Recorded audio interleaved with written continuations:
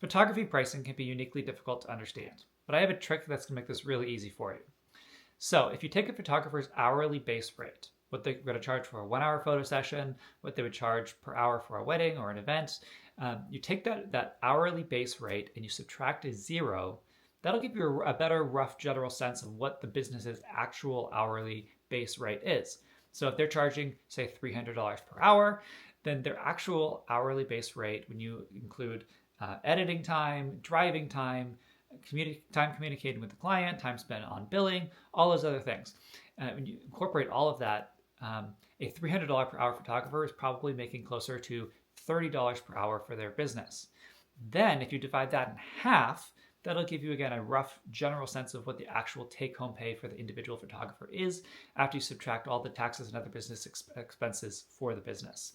So again, a $300 per hour photographer, their business may be actually charging closer to $30 per hour when you factor in all the time involved, and the individual photographer is actually taking home closer to $15 to $20 per hour. This is really helpful to understand because if you're hiring a photographer who's charging $300 per hour, that sounds like a lot of money. If you have like a 3-hour event and they're charging $900, that sounds like a lot of money.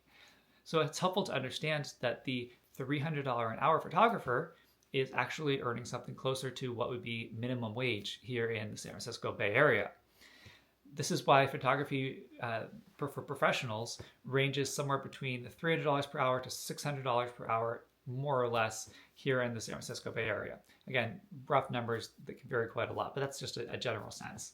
Again, sounds like a lot of money, but when you actually do the math, it may not actually be the case. So this is helpful for you because if you're hiring any kind of business professional, whether it's a plumber or a painter or a photographer, if you know that the person doing the work for you is actually earning closer to minimum wage, that's going to give you a very different expectation than if they're making actual living wage, right? So what I would say is this: if you're hiring a photographer who's in the Bay Area who's charging around $300 per hour, that's sort of what I would call the starting rate for a professional photographer. This is probably somebody who's doing it part-time or still working to establish their business. And then somebody who's charging double that, maybe even more than double that, they're probably earning closer to a true living wage. So this is someone who's probably a full-time photographer running a legitimate business who this is what they do full-time every day.